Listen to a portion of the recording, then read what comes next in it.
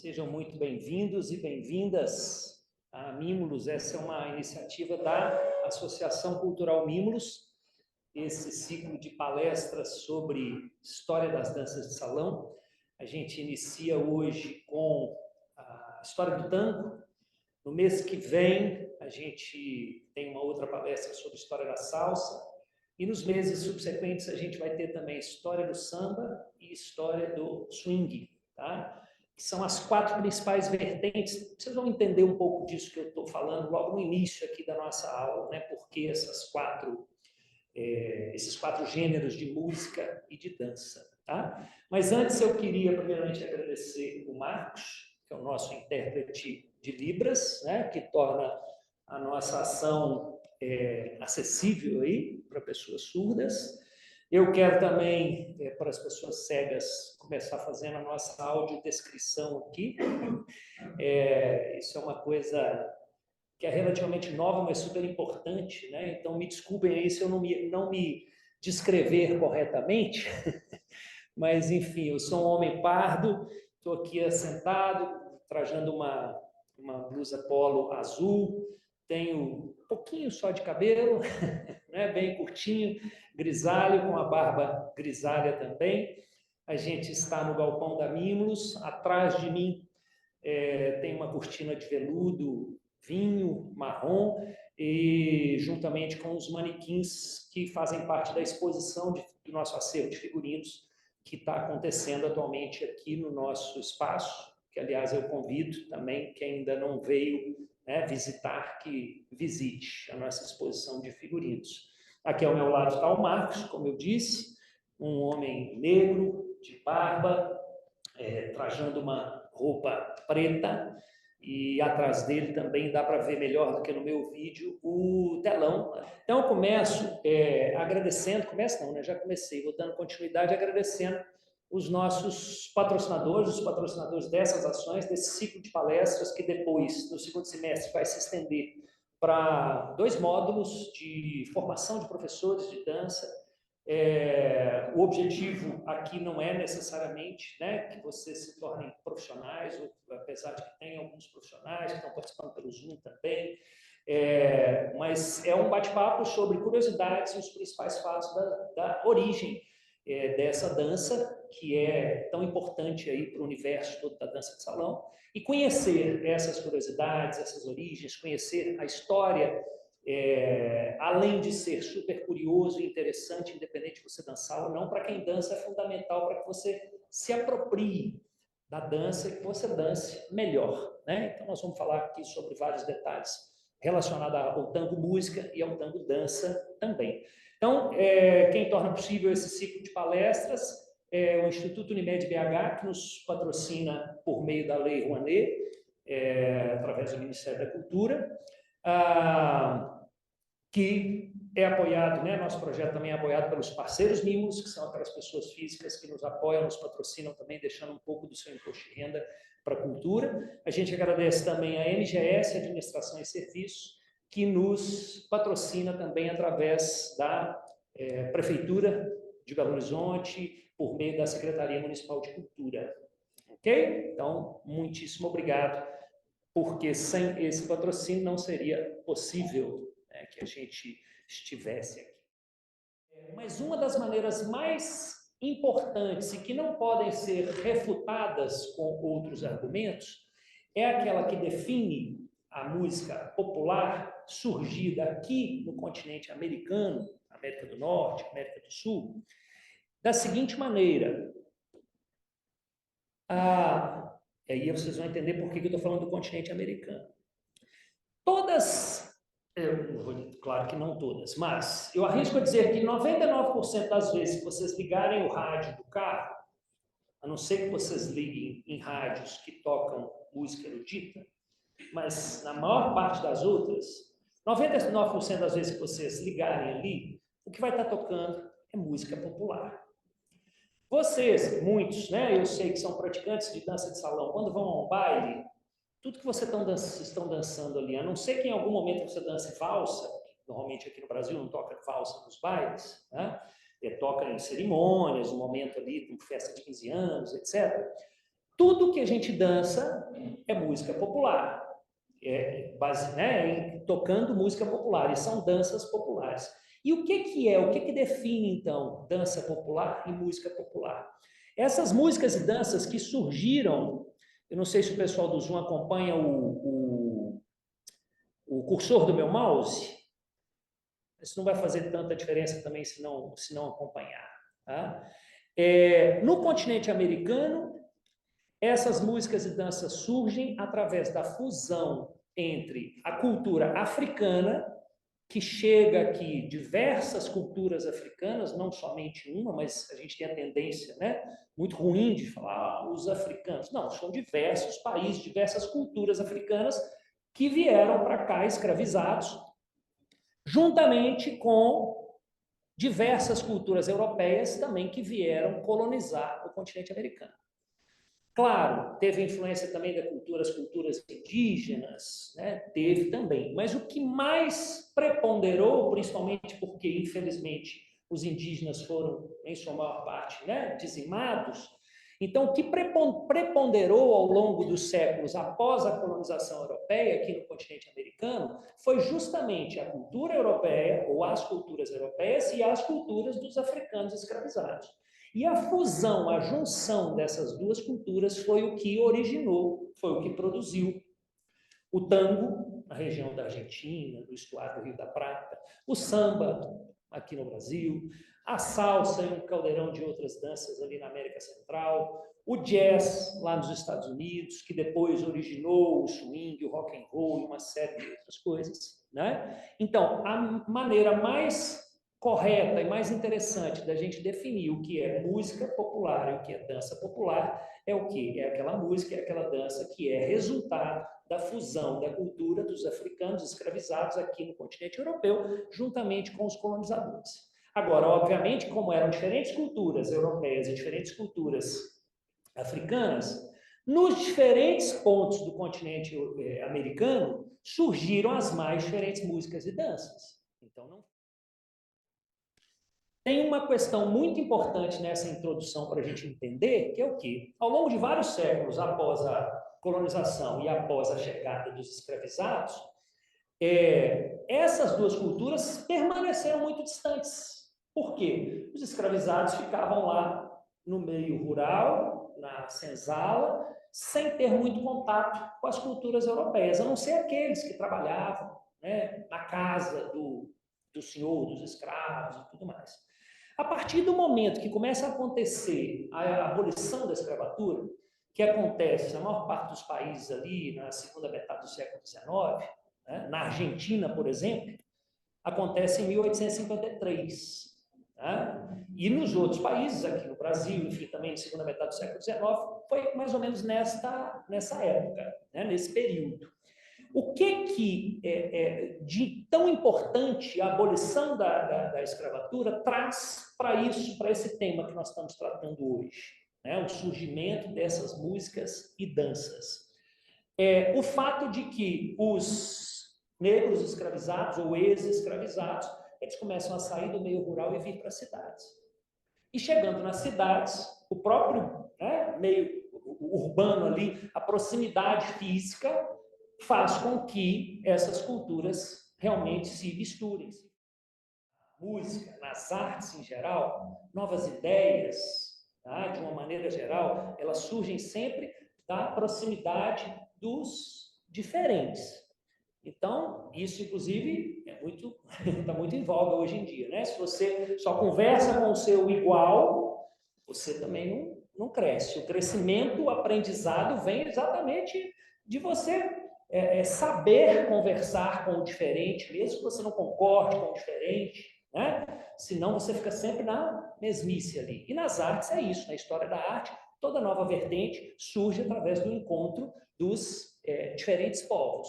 Então, ali nos portos, é por isso que surgem ali nos portos. Mas também outros fatores influenciaram para que o porto fosse um berço para o tango, por exemplo. Que é o quê?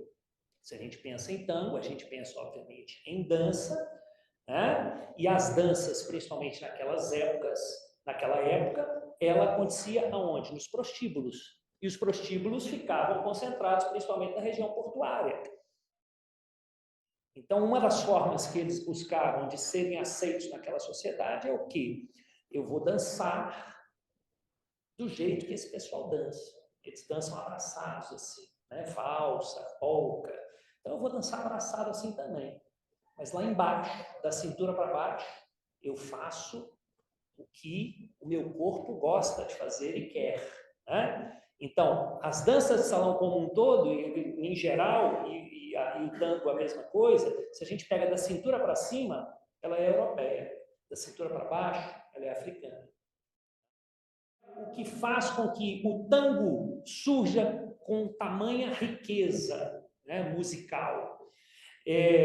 Os europeus, naquela época e até hoje, né, primam pela excelência na execução das músicas, sendo totalmente fiéis ao que estava na partitura.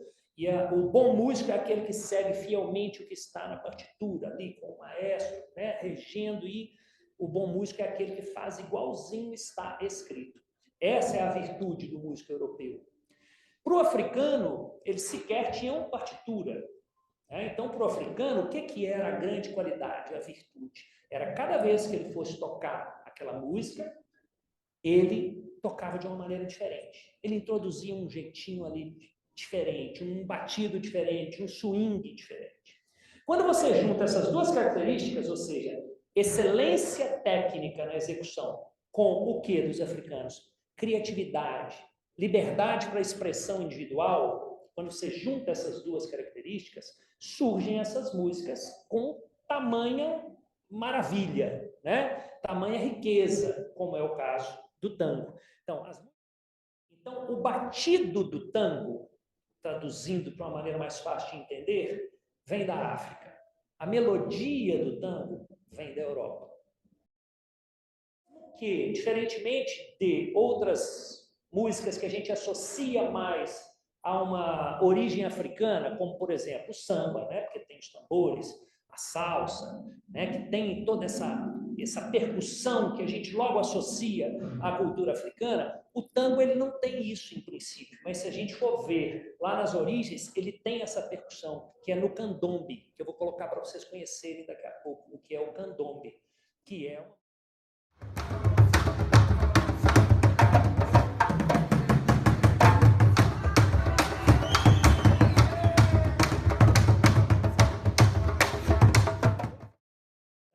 só complementando o que eu estava falando dos imigrantes, foram principalmente imigrantes italianos, franceses e alemães.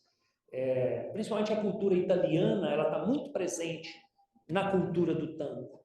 Né? São grandes nomes de maestros do tango, grandes nomes de maestros que eu digo não só de música, mas de dança, grandes nomes do tango, se você for ver, eles têm uma raiz italiana. Né?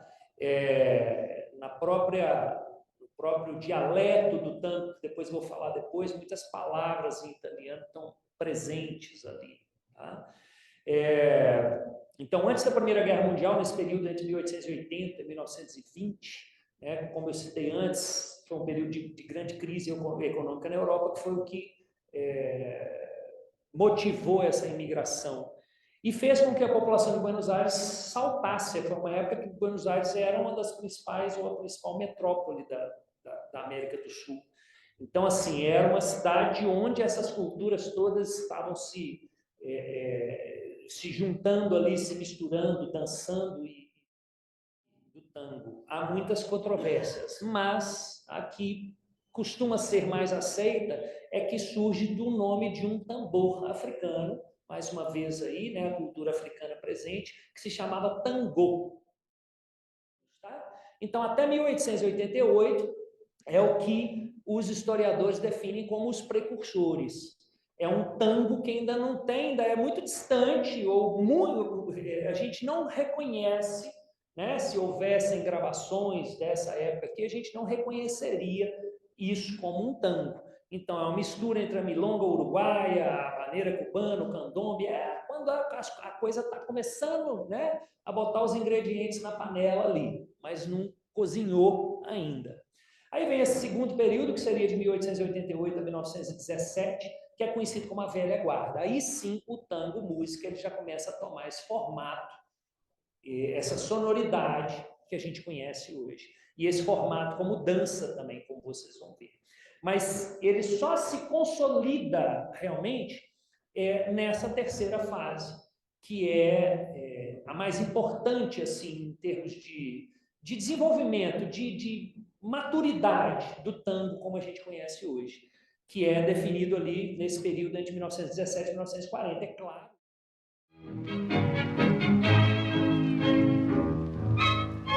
Você tem a marcação, beleza? Agora eu vou colocar uma Gardel também.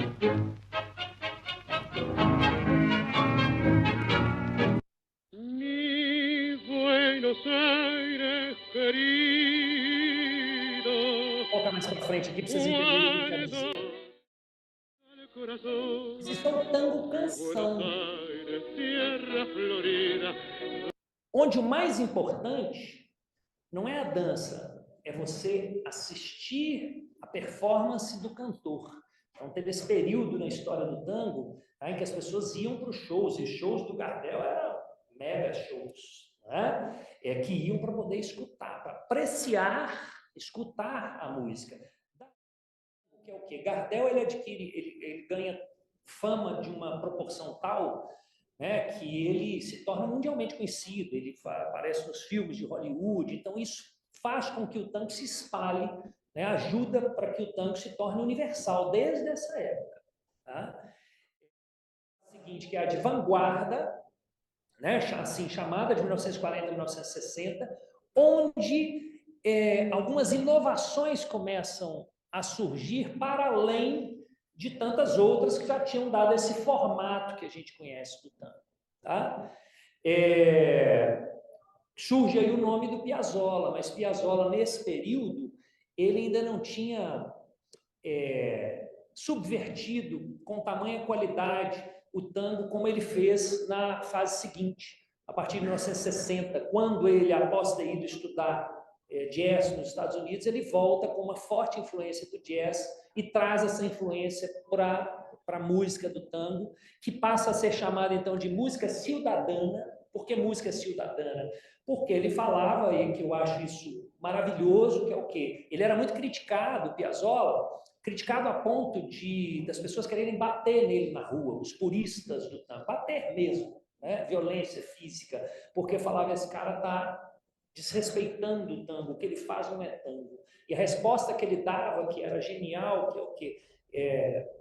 Eu não faço tango, eu faço música de Buenos Aires. Union. O bandoneon, ele é muito legal a história do bandoneon, porque ele vai do sagrado ao profano. O bandoneon, ele surge como uma forma de tornar a música sacra, né? Pensa naqueles órgãos gigantescos que tinha nas igrejas, mas na hora que eles iam fazer as procissões, iam levar, né, as manifestações da Igreja Católica para as ruas, eles não tinham como levar a música dos órgãos. E o bandoneon ele surge como um órgão portátil, que pode ser levado ali para as procissões. Né? E aí ele vai do sagrado ao profano, dali ele vai para os prostíbulos e entra, né, nesse universo do tango. Ele surge na Alemanha com esse propósito, né? Instrumento alemão trazido pelos imigrantes, ele é trazido para a Argentina pelos imigrantes. Surge como instrumento portátil para substituir os grandes órgãos da igreja durante as procissões. Então o tango ele começa a sair cada vez mais da região portuária e ir para a cidade como algo chique, como é colocado aqui, né? Cabarés, tem vários cabarés, tinha vários cabarés e tem até hoje em Buenos Aires com nomes franceses. Então essa influência europeia, ao mesmo tempo, né, a cultura africana sendo travestida ali de europeia para ser aceita nesse ambiente urbano e segregador, né? Ele deixa de ser essa música e essa dança marginalizada para ser música e dança das classes médias, médias altas. O arrastre, é chamado de arrastre, traduzindo ao pé da letra, arraste. É uma forma de se tocar o tango que vai surgir ali por volta dos anos 1930, se consolidar nos anos 1940, que tem como ícone Pugliese, Osvaldo Pugliese, um dos grandes maestros do tango, que se caracteriza em quê? Em arrastar a execução daquela nota e se interromper, tá bom, Edinaldo? Se interromper bruscamente ao final, né? Depois eu vou colocar uma música aqui para vocês entenderem o que eu estou dizendo. Mas em vez da nota ser tocada de forma, como está dito aqui nesse primeiro parágrafo, staccato, pam, pam, pam, pam, para, pam, pam, pam, pam, né? Ela é arrastada e ela faz assim, pam, ram, pam, ram. Então arrasta-se a execução dessa nota e ela é cortada bruscamente ao final. Porque isso vai influenciar diretamente a forma como os dançarinos dançam o tango, ou dançam esse estilo de tango, mas vai influenciar a forma como se caminha no tango, que é aquele caminhar também arrastado, e aí então se transfere o peso. Ram, pam, ram, pam. Na hora de caminhar, isso vai aparecer, né? Isso surge na música, isso vai aparecer no caminhar do tango. E aí vem Piazzolla, por exemplo, e introduz uma outra forma, muito mais swingada de se tocar o tango, onde ele faz isso aqui, ó. Olha que legal, que é chamado de bordoneo. Em vez de ele tocar o tango dessa maneira tão quadradinha, né? 1, 3, ou então 1, 2, 3, 4. Ele toca assim, ó. 1, 2, 3, 1, 2, 3, 1, 2, 1, 2, 3, 1, 2. Ou seja, ele acentua, se a gente junta 4 compassos, 1, 2, 3, 4, 5, 6, 7, 8, ele acentua o primeiro tempo, o quarto tempo, que normalmente não é acentuado, tá? E vai acentuar o sétimo tempo lá na frente. Então ele faz assim, ó. 1, 2, 3, 4, 5, 6, 7, 8 e 1, 2, 3, 4, 5, 6, 7, 8 e 1. Então tem essa descontinuidade que traz todo um swing para o tango, né? Que é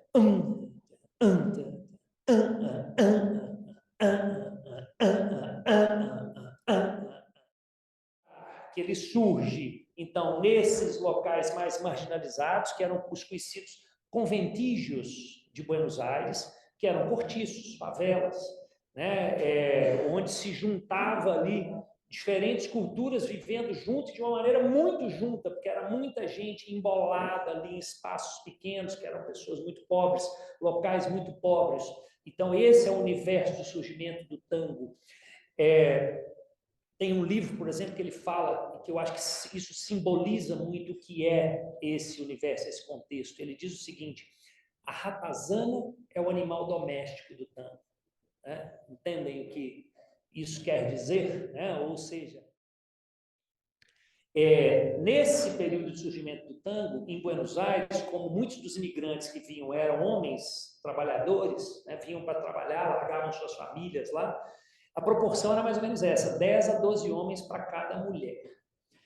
10 a 12 homens carentes, com saudades da terra natal, né? Por isso essa nostalgia, esse sentimento do tango sempre com essa coisa melancólica, né? E ele surge com esse abraço tão forte, tão afetivo, muito em função disso, né? Essa carência dessas pessoas que estavam ali, né, pobres, tendo largado as suas famílias, tendo largado as suas origens. Tá? Argentina significa o quê? Vem da palavra argento, prata. Né? As pessoas iam para lá com esse objetivo de ganhar dinheiro, né? Com a prata, na maioria das vezes. E aí a primeira frustração que surge para essas pessoas é que eles acreditavam que ia ter prata de sobra e dinheiro de sobra e de repente não tem.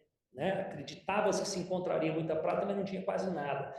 Essa lamúria, frustração do argentino vem desde essa época. Então, a gente está falando de uma época mais distante, tá? Mas vem desde essa época. Soma-se a dramaticidade do italiano, né? Italiano é dramático por natureza, né? E a melancolia do flamenco espanhol. Então, olha isso. Né? A melancolia do flamenco espanhol, a dramaticidade do italiano e todas essas frustrações que a bibliografia diz o quê? Qual que é a segunda frustração? Além de não ter né, encontrado a prata, a riqueza que se esperava, né, os imigrantes esperavam, a economia se desenvolveu muito, mas depois quebrou por causa da corrupção. Né? E soma-se a essas frustrações todas a saudade da terra natal, que a gente falou antes. Né? Então, isso tudo, todo esse conjunto, faz com que o tango nasça alegre e vá se tornando o que é conhecido como tango criojo, o tango melódico, melancólico. Então, eu acho que isso é que é muito legal nesse tipo de aula, quando a gente estuda isso, que aí a gente, é o que eu disse no início, a gente dança com muito mais propriedade, a gente escuta com muito... então por isso que essa música é assim, é por isso que o movimento do tango, a caminhada do tango é assim. Né? De 1860 a 1890, não era ainda o tango como a gente conhece hoje, nem música, nem dança, mas começa a se perceber o quê? É uma primeira germinação. Surge um jeito de dançar e não uma dança propriamente. Né? Ainda não tem a música definida, a gente falou antes. Aí vem esse período seguinte, que aí sim o tango já toma forma do tango que a gente conhece hoje, mas ainda muitas coisas vão se modificar. Né? Surgem as figuras, ou seja, os passos do tango, que ainda não existiam antes. Antes eram só movimentos soltos, né? Coisas incipientes que iam surgindo ali. Então, surgem esses passos que passam a ser repetidos e passam a se tornar o repertório coreográfico do tango. Né? Nesse período seguinte, também por causa da evolução da música, aquela questão dos arrastres que a gente falou antes, a forma de se dançar vai se alterando. Né?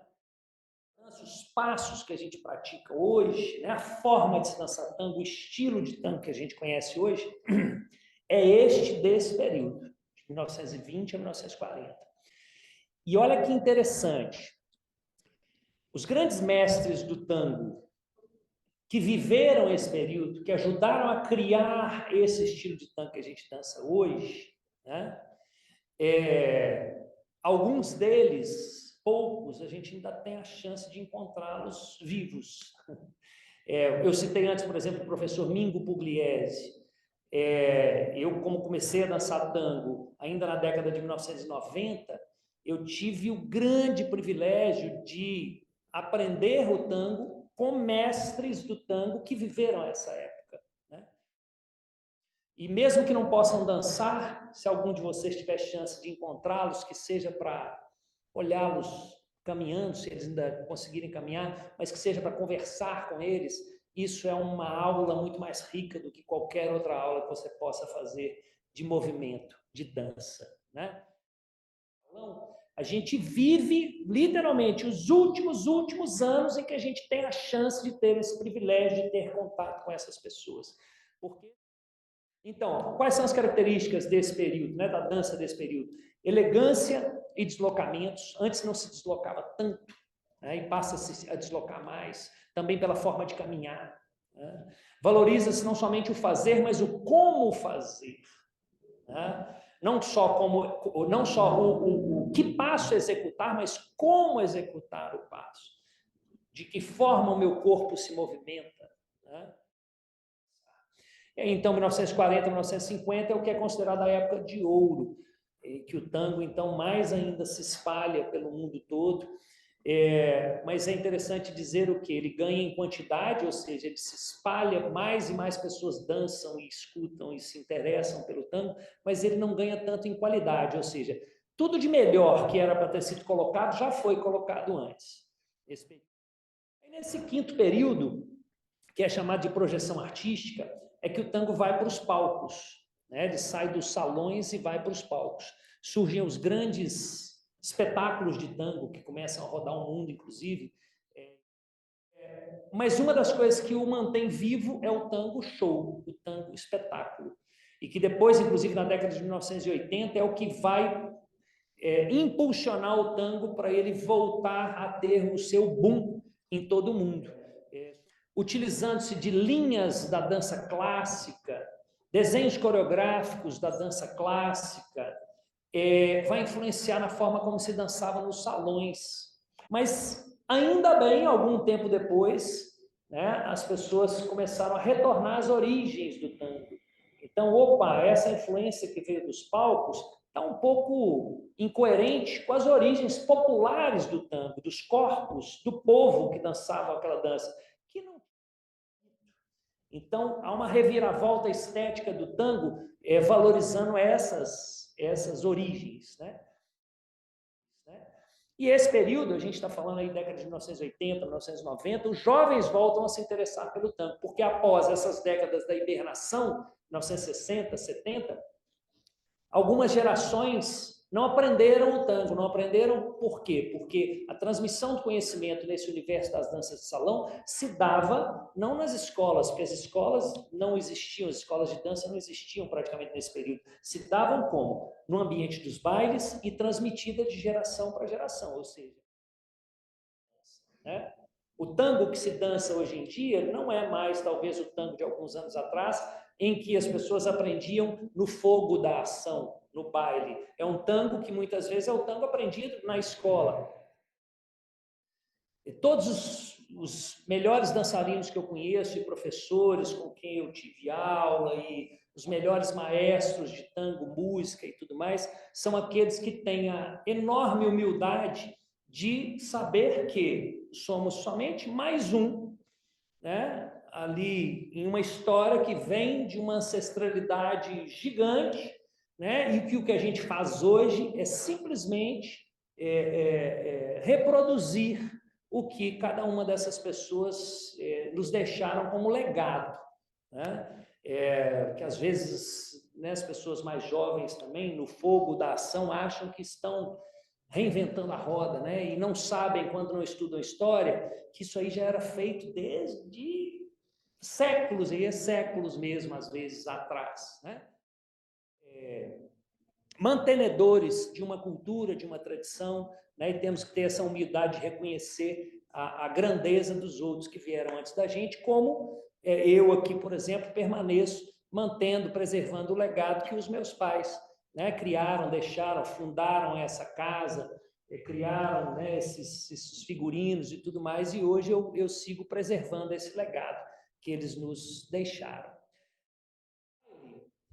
Alguns dançarinos começaram a subverter a forma de dançar o tango. Começa a surgir o que depois veio a ser conhecido como Nuevo Tango, tango novo, em que uma das características principais é a quebra do abraço. Ou seja, o tango tradicional, no tango tradicional não se desfaz o abraço em momento algum. Você está abraçado o tempo inteiro. Aí vem isso. Então não é algo que surgiu do nada, não surgiu e surgiu com essa força porque estava embasado na essência, senão não teria essa força, né? Mas queria agradecer mais uma vez aqui o Marcos, né, que torna a nossa aula aqui acessível, viu? Além de agradecer muito a presença de vocês. Pode falar. Mas, nesse período, por exemplo, de 1980, 1990, eram muito poucos dançarinos de tango que praticavam o tango aqui no Brasil. E aqui em Belo Horizonte, eu arrisco a dizer que a minha mãe foi a primeira que trouxe um professor de tango para cá, para trazer, para introduzir a cultura do tango aqui. E foi o professor Potio Pizarro, isso ainda antes de ser inaugurado a Mimulus, quando eles tinham inaugurado uma outra escola que se chamava Primeiro Passo na época. Então, isso ainda no final da década de 1980. Né? Então, esse período é que a gente, não só aqui em Belo Horizonte, mas eu tinha muito contato com professores do Rio também, ali também começava a surgir, né, alguns praticantes de tango da Argentina que iam morar lá ou que eram trazidos para dar aula e tudo mais, e aí foi se popularizando aos poucos. Muitíssimo obrigado tá? Por terem aguentado firmemente até essa hora aqui com o olho fechando. Assim. Obrigadão, valeu.